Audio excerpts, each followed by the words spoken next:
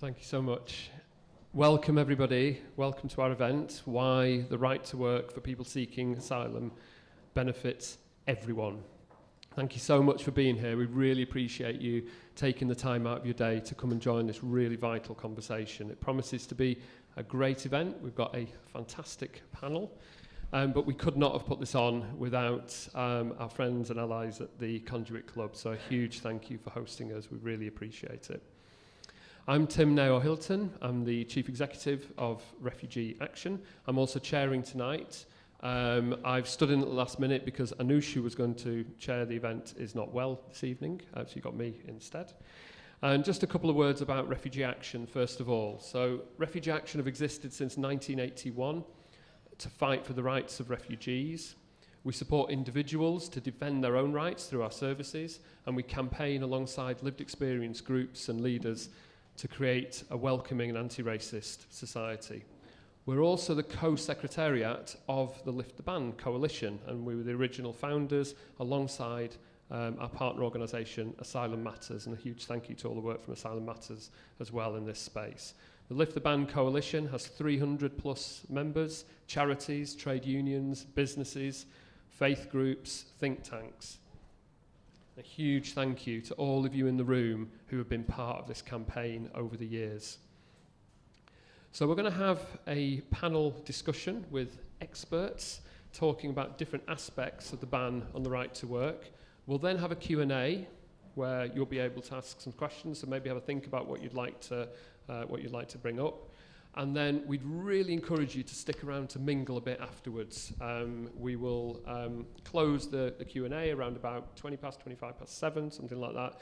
But the area will be open until 8, and we'd really encourage you to stick around. Lots of interesting people in the room for you to chat to.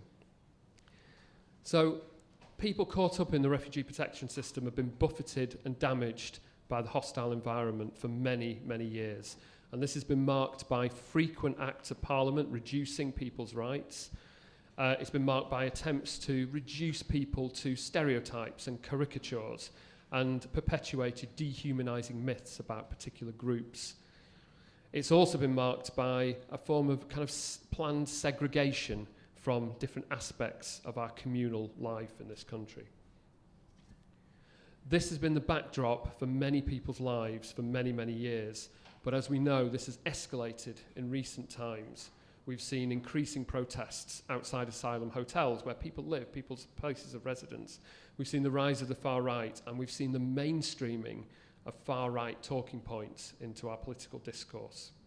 And an even deeper sense of precariousness has been created by the blizzard of government announcements that we've seen over the last week or so, which have aimed to reduce the rights and the sense of stability of people who have been and will be granted refugee protection. And all of this has been packaged up in a dehumanising language of fear and division.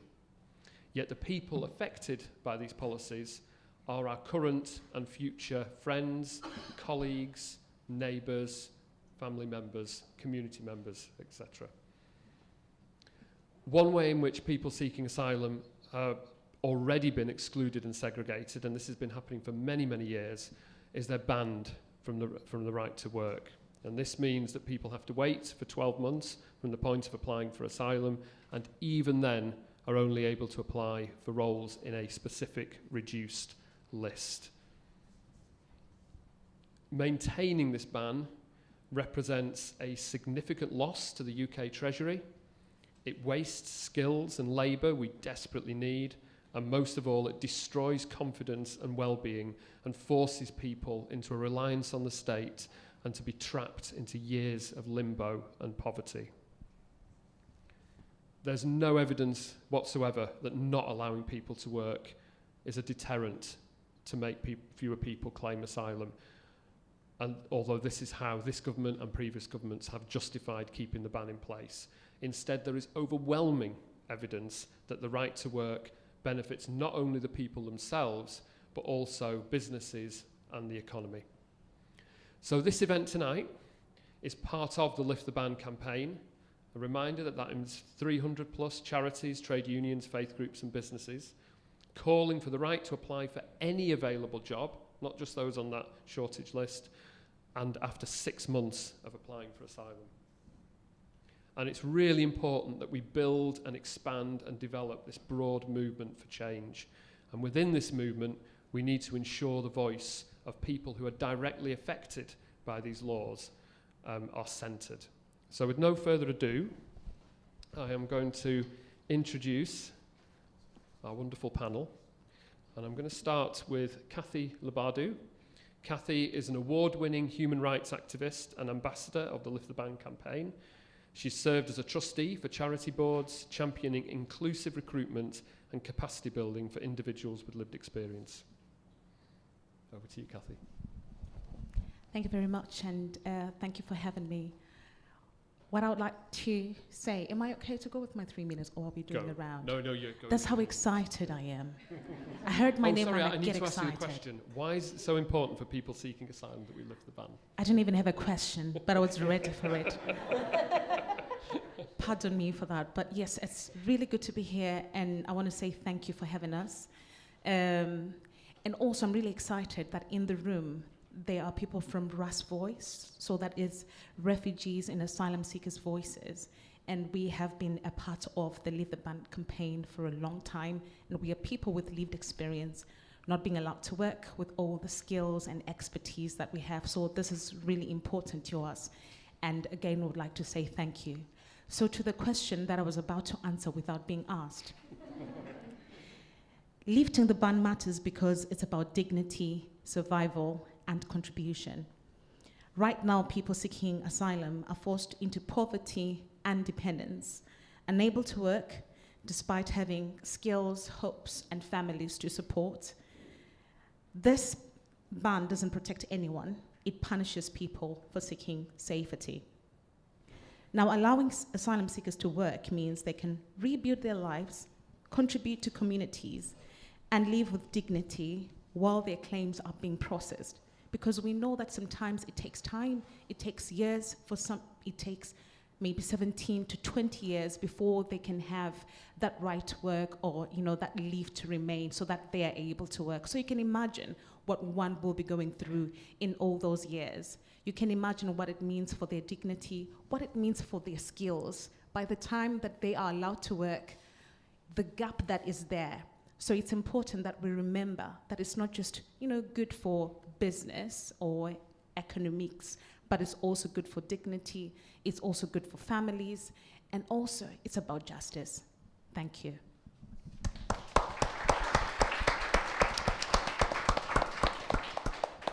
Thank you very much, Kathy. Next, we have Andrew Butler, who is the campaigns manager at Lush. Lush has 3 decades experience conceiving, running, and taking part in campaigns spanning human rights, animal protection, and environmental justice. Andrew believes that businesses not only have the potential to create enormous positive social change, but a moral imperative to do so. So, Andrew, why does Lush support lifting the ban? Thanks, Tim. Hi, everyone. So I could talk about the economic benefits to business, but I would prefer to really focus on what I believe is an ethical imperative for businesses to support lifting the ban.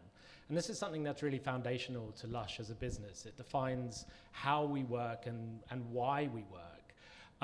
So Lush's founding document is something called We Believe, and it's a series of statements that, as the name suggests, start with we believe. And one of the we believe statements is, I need to read it so I get it exactly right, we believe that all people should enjoy freedom of movement across the world. It's unequivocal, there's no ifs or buts in it. And really, if you look at the sort of type of business Lush is, and many other businesses, we operate internationally. So we're based in Poole in Dorset. We buy raw materials from all over the world, whether it's essential oils or cocoa butter or any number of things. We bring them to Poole in our factories. We make them into bath bombs and shampoo bars and all sorts of stuff that we then ship out to our stores in over 50 countries around the world. There they get sold. Some of the revenue that is derived from the sale of those products stays in the country in the form of workers' wages, government taxes, another thing that we believe, pay taxes in the places that you operate. And some of it comes back to the UK and helps to grow the business. So we really benefit from what is a global trade in goods, in services, in capital. These things move freely across the planet. So why on earth wouldn't we support the free movement of people? It would be wrong, it would be unethical. It would be an extension of colonialism, of extractivism. So any business that claims to be ethical should really be supporting the free movement of people and lifting the ban.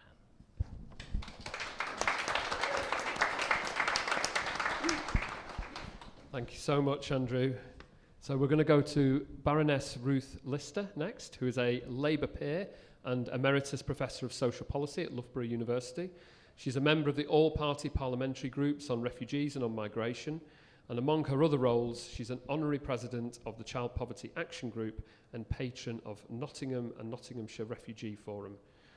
So, Ruth, what can parliamentarians do to support lifting the ban? Thank you, Tim.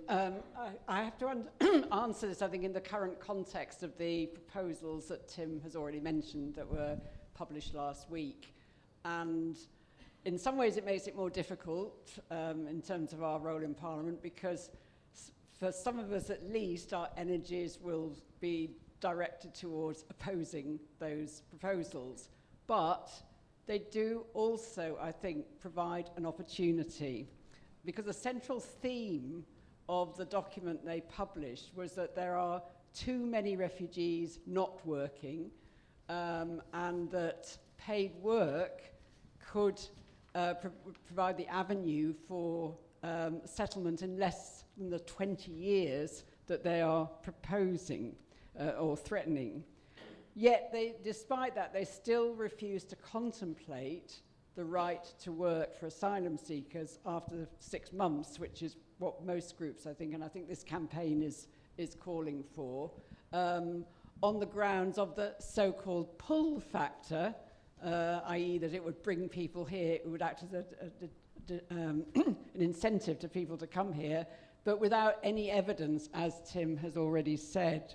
So I think for us parliamentarians, we really need to bring home the contradiction that in this, because the longer that asylum seekers are unable to do paid work, the harder it will then be when they're given status, or they're trying to get status, to do paid work because of the loss of skills, the loss of self-confidence, and so forth.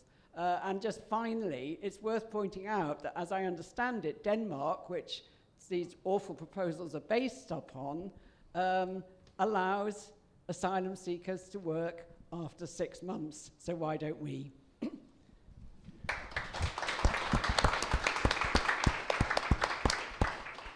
Thank you very much. And final member of our panel, we have Asla Tatliadem, who is our head of campaigns at Refugee Action. Asla leads Refugee Action's campaign strategy, vision, and team. She's worked with internally displaced people, refugees and migrants, nationally and internationally, since 2015, and has extensive experience working as a campaigner for refugee and migrants' rights. So, Asla, what are campaigners doing to lift the ban? Gosh, not enough, clearly. I just want to say first that actually the ban wasn't always there. It was put into place by the Blair government in 2002, and it's only been in place for the last 23 years. But campaigning on refugee issues in the UK only picked up pace in the last kind of decade, really. And I've been working in this area for about a decade, and what I saw firsthand working with migrants and people seeking safety in general was this is the number one issue that people always wanted resolved, and there has been action at the local level for quite some time, people advocating to their local decision makers and local businesses. But the coalition was set up in 2018, and as Tim has said, we have a wide range cross-party support for the coalition. Our membership is anywhere from Adam Smith Institute to TUC, so we have kind of all political views, and it's a cross-party, quite popular campaign because it makes common sense. And we work in many different ways. So our lived activist groups like Raz Voice is incredibly important because they put the power and the authenticity of our campaign at the forefront. We have a lot of grassroots organizing that Asylum Matters particularly is really great at. So there's lots of small businesses that sign up to lifting the ban on work. We influence decision makers at different levels. So very recently in May, we had an event at the Parliament, and we had about 40 decision makers and their staff there, very supportive of the campaign. We do national stunts and mobilization, and we try to get businesses and unions on our side. And there's a lot of evidence that actually two-thirds of businesses support lifting the ban on work. And we develop evidence to support our campaign. I don't think you need that much evidence at this point because there's so much evidence for it out there from left to the right, all kinds of groups, but we continue to produce them just to keep up with it and make the case for it again and again and again. Thank you. Okay, thank you, panel, and thank you for sticking to time with your 3 minutes. Really appreciate that. So, one of the themes that has come out from a number of you, your contribution so far, is around this idea of the pull factor. And I wonder if maybe, Kathy, first you could just share some thoughts about, like, how would you respond? What would you say to people who think that being allowed to work operates as a pull factor? And if other panelists want to come in after that, that would be great. Thank you very much. I think I would say 3 things. Number one, that it's not true. We can look to other countries just, and see how they're doing. Countries like Ireland, for example, they have lifted the ban. And what we have seen is the well-being of people improving, and we've seen the economy as well improving. So I don't think that it's a pull factor per se. And one thing that we always forget, or not us, but when the argument is being made, is that people are not fleeing because they actually just want to come to the UK. People are fleeing persecution, people are fleeing war, people are fleeing and for surviving for their lives. So to then make the argument that, well, if we give people the right to work, if we give them some dignity after they have fled, if we allow them to integrate meaningfully by giving them work, it's a pull factor. We are doing a disservice to ourselves, a disservice to our communities, and a disservice to our economy. So I wouldn't think that it is the right way of framing it, but calling it what it is. People are coming for refuge, they are seeking safety, and that is what's important. Thank you. Do any other... Ruth, did you want to come in on the pull factor question? Yeah, just to say, the Home Office's own research has shown that there is no pull factor. People come to this particular country for various reasons, as many of you in this audience will know. It may be the English language, it may be family here, colonial kind of ties, whatever. And the danger is, and no one is, no, I don't think anyone's suggesting that there'd be a right to work the minute you get here. 6 months is still quite a long time that you can't do paid work, which you're used to doing and want to do. And of course the danger is that if you're not allowed to do legitimate paid work, you will do illegitimate paid work in the informal economy and be subject to exploitation. And the government don't want that. So it would be much better to make it all above board and allow it after 6 months. Thank you. Adela, do you want to come in on that question of pull factor? I guess the only thing that I would add to that is, actually, when questioned, most people don't know the regulations in the UK before they come. Exactly as you say, they come because of family ties, because they know the language, because there's colonial connections and history, and that's why they come. They have zero idea about whether they have working right or not. And if pull factor was a thing, they would stay in France, because in France it's working rights are there after 6 months. They wouldn't even cross the channel. In fact, in a lot of European countries, in Italy, you have working rights from 2 months, in Portugal straight away, Germany 3 months, Belgium 4 months, Netherlands, France, Spain, Turkey, these are all 6 months. So if pull factor was a thing, we would have less people, it's people come here because they have connections here. They don't come here because they can work here. And the last thing I'll say about that, these kinds of deterrence policies never work. We've seen them again and again not working. We've seen that with Bibi Stockholm barge. We have seen that with people being put in barracks. We have seen that with the Rwanda policy, with the one in, one out policy. Deterrence policies don't work because people actually know very little about them before they come. Thank you. And I think you've all captured really strongly what a kind of no-brainer the evidence is in terms of whether it's a pull factor or not. It's not a pull factor. So the question I want to ask next, and maybe start with you, Ruth, is, in your view, why won't the government lift the ban, given the kind of overwhelming evidence? Sorry, I thought we weren't going to ask that question, because in a sense we've answered it. It is, I mean, they believe, against all the evidence, that it will act as an incentive to people to come. I mean, I can't see any other reason why they shouldn't, given that the public opinion is in favour of it, and unfortunately this government kind of perhaps pays too much attention to public opinion. So I think that they've simply taken over the same arguments that the previous government used around the pull factor. I can't see any other, and that's the only argument they use, really, I think. Yeah, absolutely. Does anyone want to add to that? Any other thoughts on, is there anything else on, other thoughts on why the government won't lift the ban? I mean, maybe it's a controversial thing to say, but maybe it's expedient for them to continue to be able to scapegoat migrants and refugees. Like, maybe that's the reason why they continue to,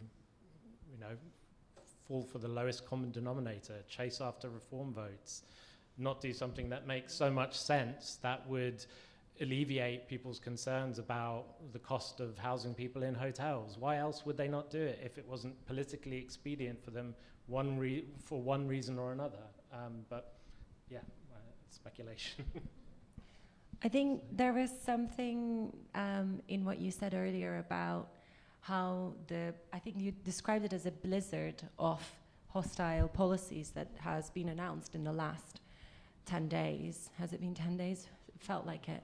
7 days, 8 days. There's so much in it. As you said, in Denmark, they give people the right to work much earlier, despite having very cruel policies as well.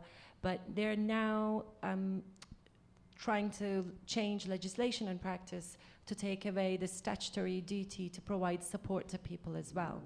And that creates a huge gap in the policy space too. So thinking like a campaigner, right now might be a good time to make the case again and again from all sides, all stakeholders, to change the right to work in this political context.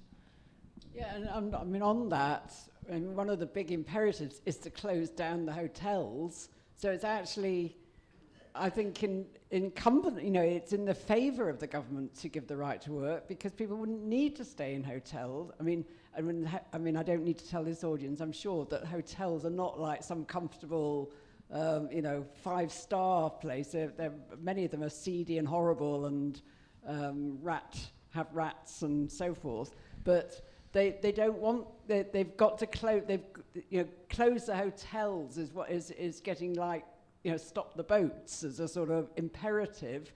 So it doesn't make sense. And in fact, the solution that's provided to hotels, barracks, that is now being paraded, is going to be more costly than hotels. So in the end, the most sensible option, economically as well, is to lift the ban as well. And this case is being made by council. So we have recently spoken to about 38 local authorities across England. We haven't gone to Scotland or Wales, but in England. And 90%, I'm exaggerating, 89% have said that they are in favor of lifting the ban as well. So the case is being made upstream from local authorities to the national government as well. So I'm not sure if they don't have, these are very clever people. I'm not sure if they don't have all the facts on why they shouldn't lift the ban. It would be quite blindsided. So maybe I'm sitting somewhere between Andrew and Baroness Lister here. It could be a mix of things. Does anyone else want to come in on that particular point? Well, I think I'm the only one who's not spoken. And I guess what I would say is just emphasize on the fact that it's a scapegoat thing. It's about ping pong. And I know I say this sometimes out of just the rant, because you become angry while you sat there. It's traumatizing, it's dehumanizing when you're actually going through the system. And to think that most people that I have worked with, whether doing campaigns or in my work as a coordinator of around 50 organizations in the partnership that I coordinate, it does not make sense to not lift the ban like what every other person is saying. And so it's all about politicizing the whole issue around, migration, and also just dehumanizing people, whether that's intentional or not. The impact is felt.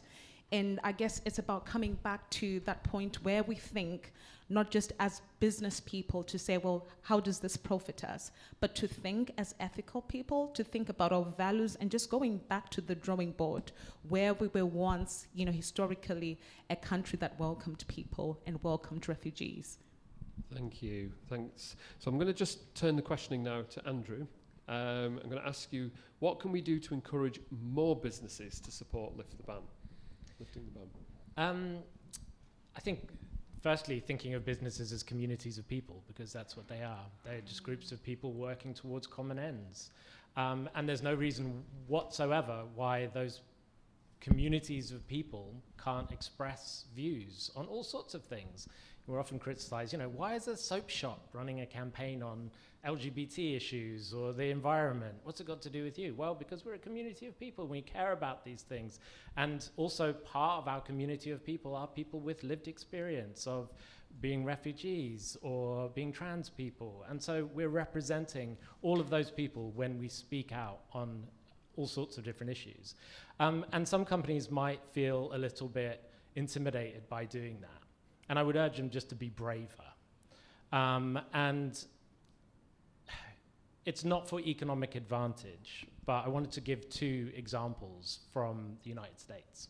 So when Trump came to office in his second term, and pretty much on day 1, cancelled all DE&I programs at a federal level. 2 companies reacted to that, 2 massive US companies. One of them was Target, so like a huge supermarket chain.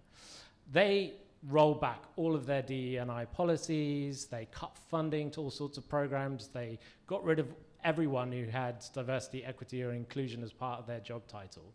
And I need to consult my notes. They saw a reduction in their first month of footfall, the number of people coming to their stores, of 5 million people. 5 million fewer people came through their doors. They saw a sales drop of 3.8%, and they saw their market value drop by $12 billion.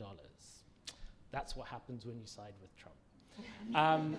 Conversely, Costco, sort of like a hyped up Lidl or Aldi, so like massive warehouse bulk buying kind of clubs. They doubled down on their DEI programs. They said, no, absolutely, this is something that we believe in. We're going to keep doing it. In fact, we're going to invest more in DE&I.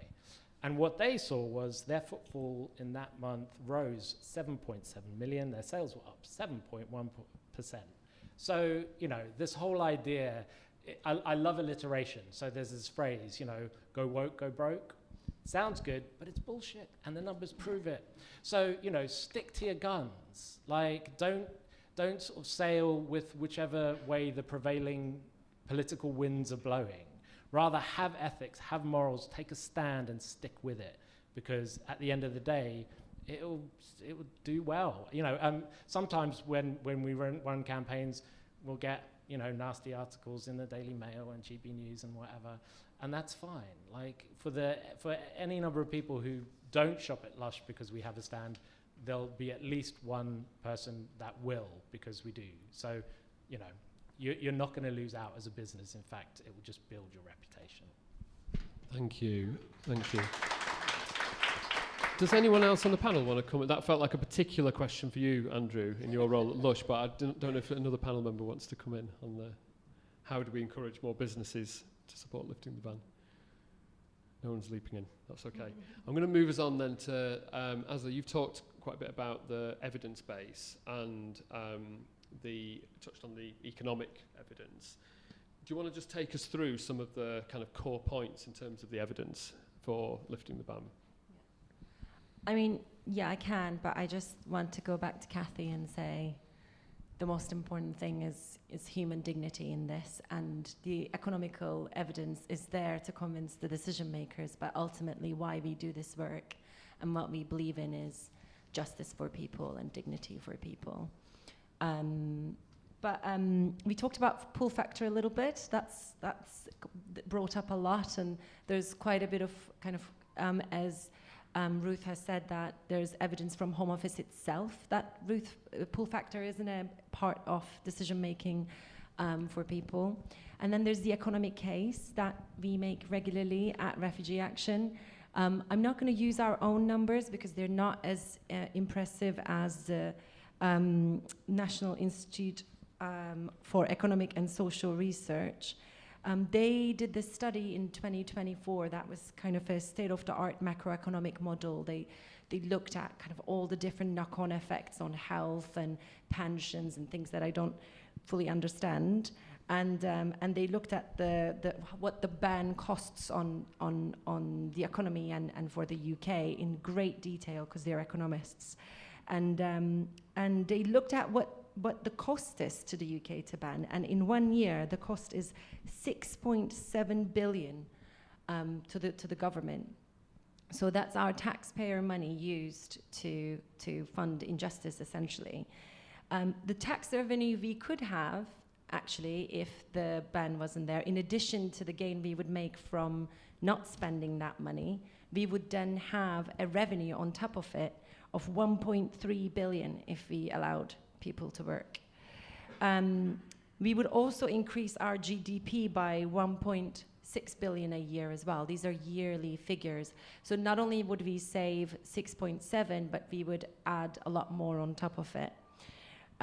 Beyond the economic reasons, the all-party political group on migration and on poverty has come together and written a report on the ban itself, and they called it destitution by design because it's forcing people into poverty, as you said, and it's forcing people into dependency.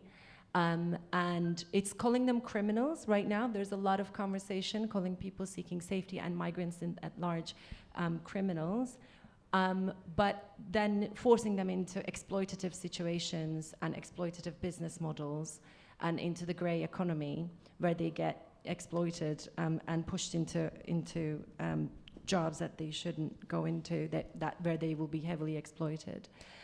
The Commission on the Integration of Refugees have also said that jobs should not be restricted, the ban should be lifted. They did a big report on it as well. The Scottish Government has actually asked to pilot it, but the central government did not allow it. I think beyond everything, what it does is it's segregation. I think that's the biggest evidence in itself. It creates de facto segregation for mainly racialized black and brown people.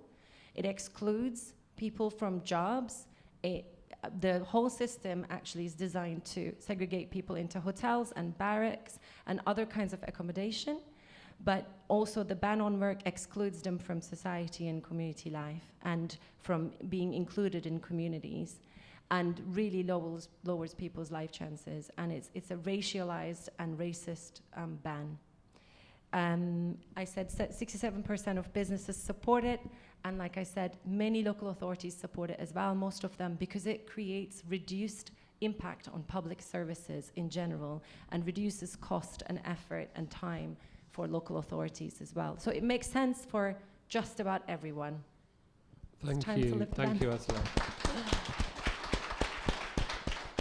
Do any other panellists want to come in on the question of evidence? It feels like you've covered kind of all the key points there, but I just wondered if anyone... I'd quite like to, because, I mean, we use, I mean, that was a really helpful rundown, I think, of the evidence, and we use evidence a lot in Parliament, and it doesn't really seem to have any effect.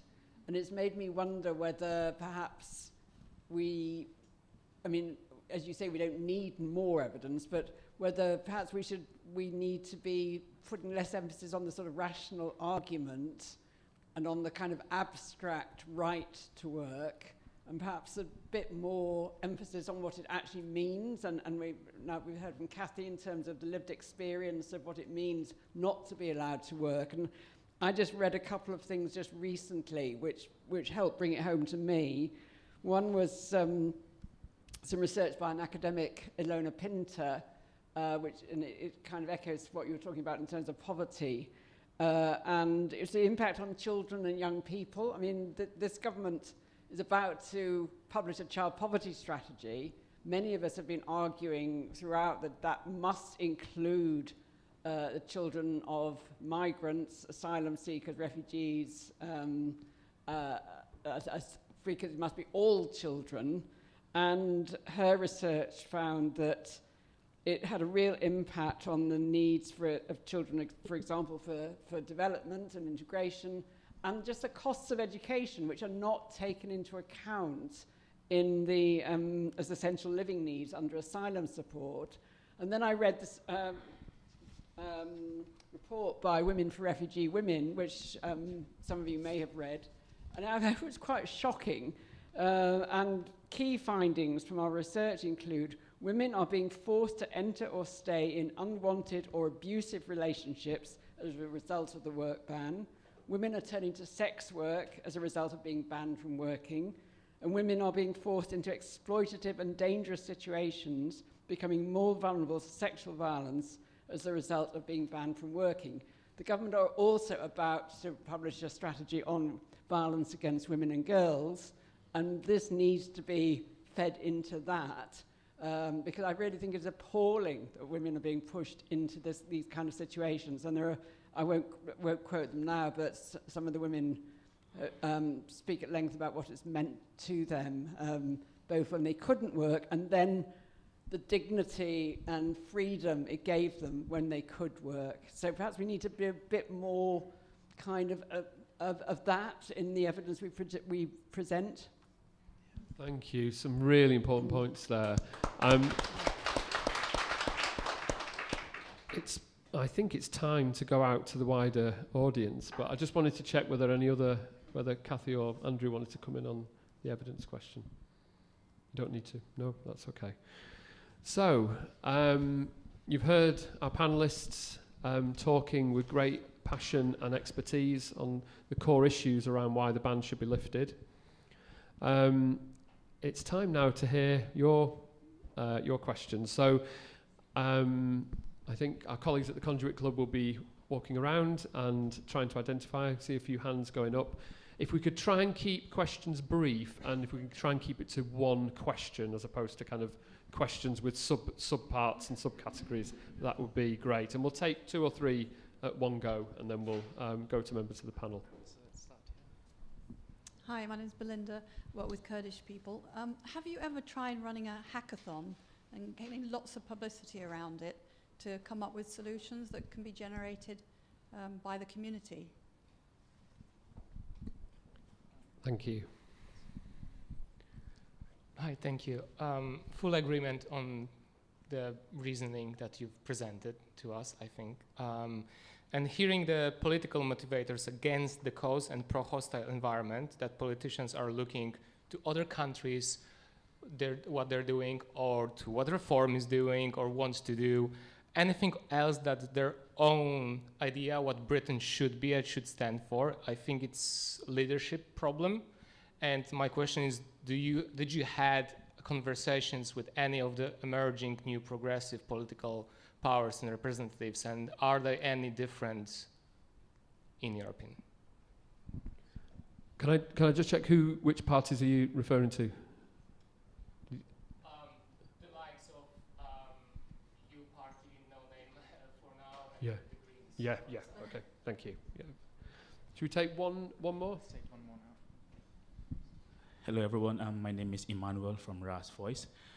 Just want to ask if the policymakers have actually been presented with the depth of skills in the asylum seekers, not just telling them that they actually have skills, but has there been any way to present this depth of skills in form of data and all that? Personally, I'm a pharmacist, I'm a supply chain specialist, and I've seen a nurse, I've seen IT specialists that are asylum seekers are not allowed to work, and these are areas that the UK economy will benefit from. So is there a way to actually present this depth of skills to the policymakers? Thank you. Thank you. So let's take those three questions. So there's one about, have we ever tried hackathons as methods of campaigning? Given that that our current leaders seem obsessed with what's happening in other countries, and this maybe demonstrates a failure of leadership, are there any conversations with some of the other parties, such as your party or the Greens? And have we been able to present data with the depth of skills that to politicians? So, Asla,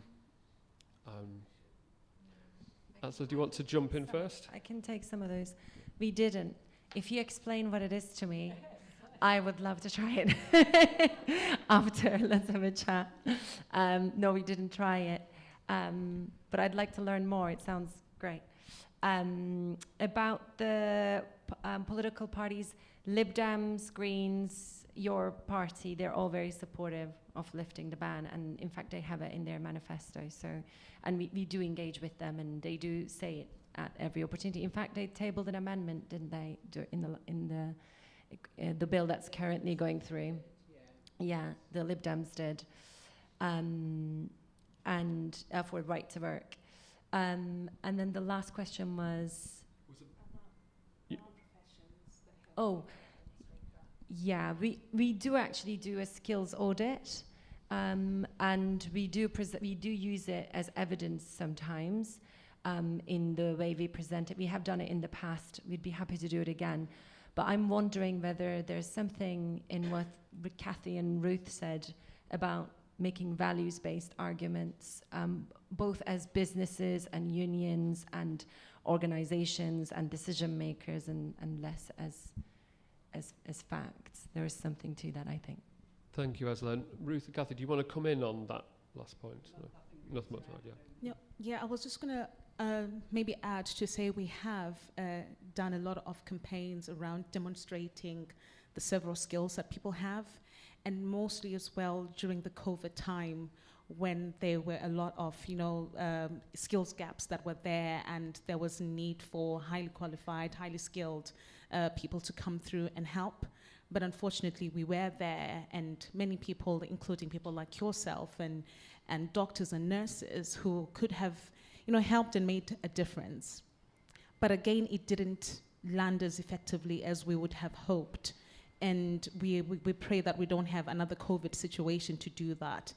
And again, like what Asli said, I think we need to do more of that. It's something that we can actually do, especially with the RAS Voice and many other grassroots organizations that are working with people who are skilled and people with lived experience of the asylum system. So yeah, definitely something to explore more. Can I add something to that? I think I wasn't even there, but I heard about it so much that I feel like I was there. There was a meeting you had, Kathy, wasn't there, with a with Front Bench before Angela Eagle got shuffled. And there was a moment where, I wasn't even there, but I heard about it. There was a moment where you told her how you truly feel, and she was taken aback by it a little bit, I think. And I think that's what we need. We need some real power, speaking to some real speaking truth to power directly from people. Well, what I would say to that is I think it's important to have people who are leaving, and who are going through the asylum system, and people who have those skills, that expertise that we are looking for, to be speaking about that experience. And many times when you speak to whether ministers, MPs, sometimes they don't know about the Lift the Ban. Sometimes they don't know, for example, that children who have parents with no recourse to public funds are actually being excluded because of the Lift the Ban that we are here to talk about. So as you do your business, I think it's important that you consider to look up some of the campaigns that we are running online and see how you can also promote it in your own businesses. I hope that makes sense. It does completely. Thank you. So let's go to a couple more questions. Yeah, thank you, Darlington. My name is Darlington. I was just going to say a kind of a view. It's not really a question, because I heard Ruth mentioned about some political parties already came into this idea of leave the ban, and they have it in their manifesto already. So I'm looking at a situation where we put in a political perspective into the whole campaign, where we'll have a collective or a collegiate of all those who have been through this process, like people like us, lived experience, that are still here, that are working, some are not working, then find a way where we can ensure that they become members of these political parties, give them this political orientation, these parties that are having people-centered policies they want to bring in when they come to office, ensure that this campaign is pushed to our people. When I mean our people, I mean those who have been through this process. Because the truth is, when you call them asylum seekers, the United Nations organization does not even recognize their name. They call them people applying for refugee. People are applying for refugee, because if you look at the United Nations Protocol 1967, that was where even the UK is signatory to it. As a matter of fact, they were first to be signatory to it when it was put into effect, 1951 first, for 1957. And everything that has to do about the dignity and the protection of people applying for refugee status, they are all inside. So first of all, you have to have value for the dignity of humans. You have to have value for human beings before you categorize them as people who are applying to be in your country, whatever it is. And also, lastly, I want to seek for how we can ensure that everybody in the UK, if we can have the data of all peoples of whatever race that are in this UK that have gone through this process, are put into one circle, like a hub, where they can begin to have this orientation, this political orientation towards it, so that we can be among the decision makers of this the UK. Thank you. Thank you, Darlington. So I think the core of what you're saying is the question of how people who have lived experience of these horrendous policies can go on their own political journey to be able to be the decision makers. Supporting the political party. In the actual part. Who are key into what we are campaigning. Thank you. Yeah. Let's just take one more. Should we? Let's take two more. Or two. Yeah, one more and then more. Yeah. Hi, my name's Layla. I work at a refugee charity called West London Welcome. I was interested in the decision to campaign around 6 months. So in the last year, we've seen a real change because, of course, people are receiving their decisions on their asylum claims much more quickly. And while we find Labour's new proposals, not policies, proposals really appalling, one thing they have done is speed up asylum decisions. And that means many more people are being refused, which is incredibly difficult, mostly due to the decimation of legal aid, but also many people being granted asylum really within these 6 months, right? Like we have decisions coming 2-3 months down the line. So I'm just looking at this list of countries and the kind of 6 at the top: Portugal, Italy, Austria, Slovenia, Germany, Belgium. They all are campaigning on, or they already have 4 to 0 months in place. So I'm just wondering, I know there's lots of good reasons for it, but is 6 months still appropriate? or could we be bolder? Key question about the 6 months. Let's have one more, and then we'll cover those. And thank you so much. My name is Alimami Bangura. I'm a member of RAS Voice. I think just a short one is going for Prof. And the man with the coat, I don't know your name, sorry, with the long hair. Okay, so the question is, as someone with lived experience, now that you are in the mechanism, you are part of the panel that maybe advocate for this campaign, have you think about the long-term effects? For example, now, some of us have degrees. We have been doing volunteering over 10, 15 years, some of our members. But when they got their status, those experience is not count. And the first thing they will ask, we need working experience. Just imagine someone that I've been here for about over 10 years, I've done a lot of voluntary. And yet still, because of you are in that process, and those voluntary experience is not counted. Can you take that as maybe to the drawing board and see how best they can work on it? And the other question goes to Sim. Now that the trade union want them in, and we know the workforce need most of these people that just integrated, is there any way, any mechanism they can put in place to make sure that those people that, because the only job they can do is voluntary, those voluntary cannot be going back. We need a fresh voluntary. So what exactly are you going to do about it? Thank you so much. Thank you. Asla, did you want to come in first of all? I think the 6 months, gosh, I knew someone was going to ask this question. Personal views aside, I think you're right that, you know, the decision-making process has been sped up, and there's less people in the kind of waiting, but there's still quite a lot, right?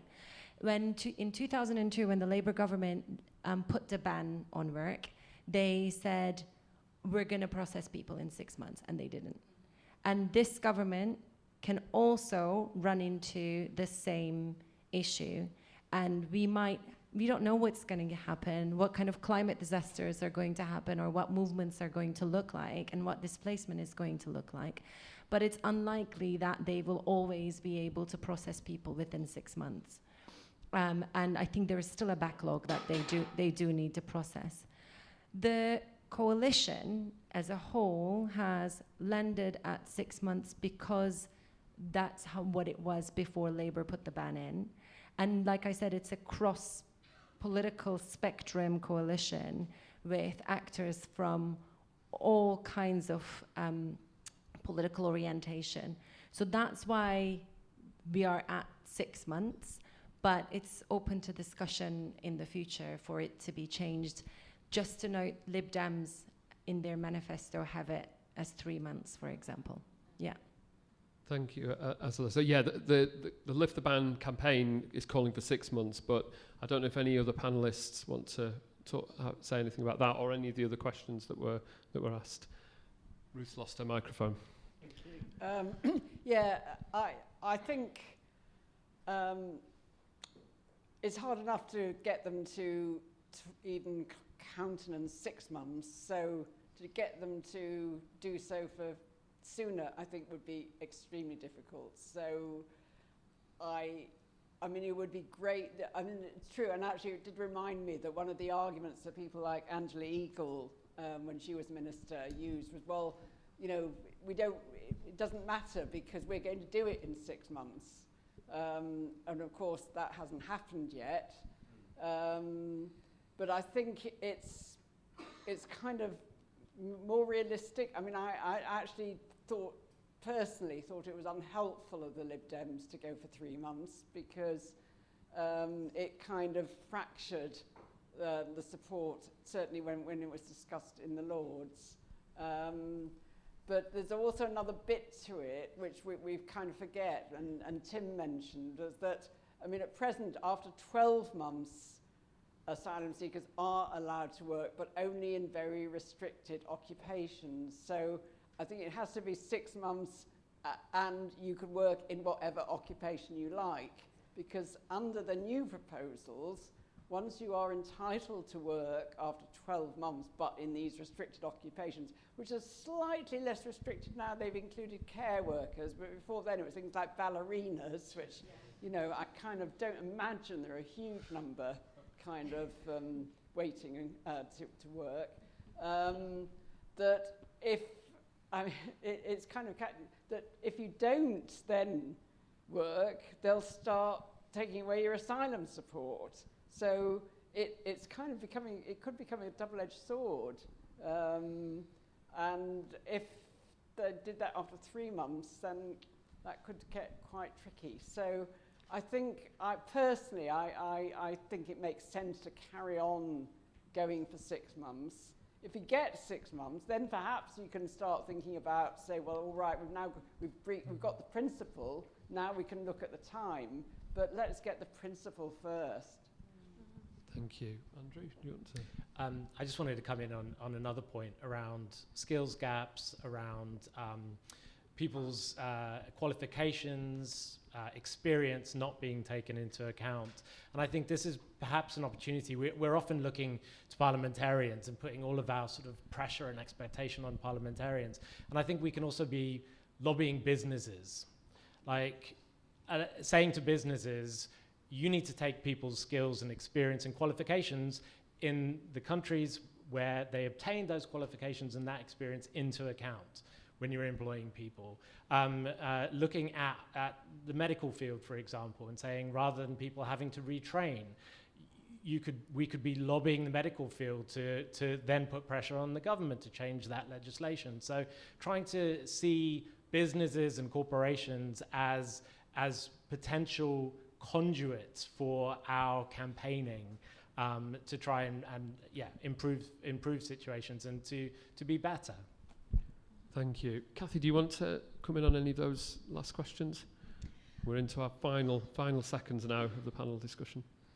Well, I think in my final 3 seconds, what I would say is, when you're doing business, and then imagine it without migrants contributing to it in one form or the other, whether as a business partner or as a consumer, as a client, just imagine how your business would look like, imagine how your profits would look like without migrants at all. It's a global world, and it's time we think globally and we think how we include everyone. Thank you. Thank you.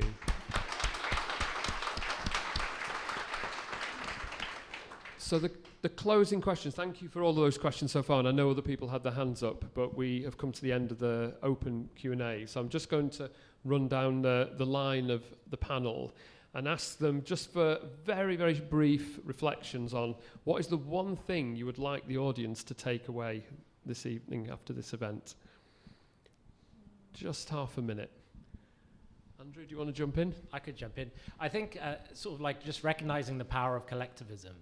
And for all of us to use that collectivism in whatever forums we find ourselves in. So if you work for a company, rather than you on your own trying to get a company to adopt a position to support lifting the ban, speak to your colleagues, speak to your co-workers, speak to the people you volunteer with, whoever it is, the people around you. Bring the information that you've learned tonight, whisper it in their ears or shout it from the rooftops. And then, collectively, being able to make changes in those places that we work, because we really hold power when we collectivize like that.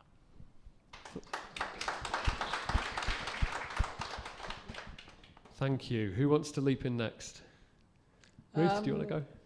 I think just say hope.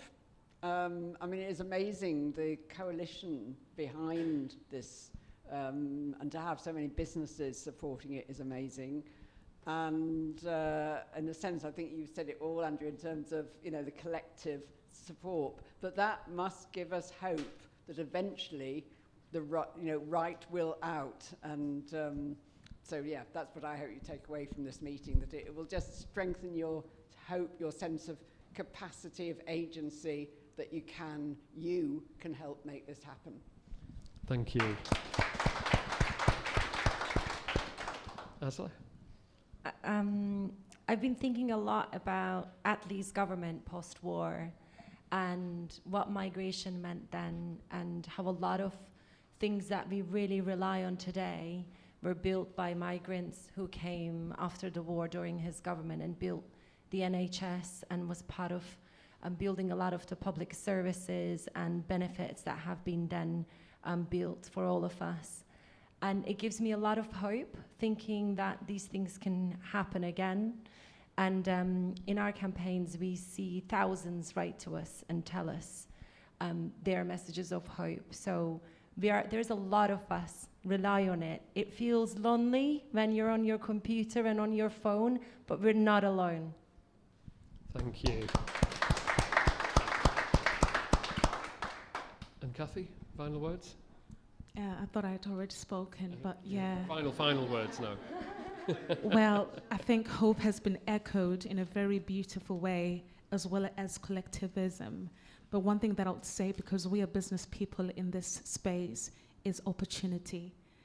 So that you think about opportunities that you're giving migrants in your space. When they're volunteering, remember that at some point they're going to need work when they have the right to work. Are you giving them an opportunity enough and rich enough to take them to the next opportunity when they have that right to work? Thank you.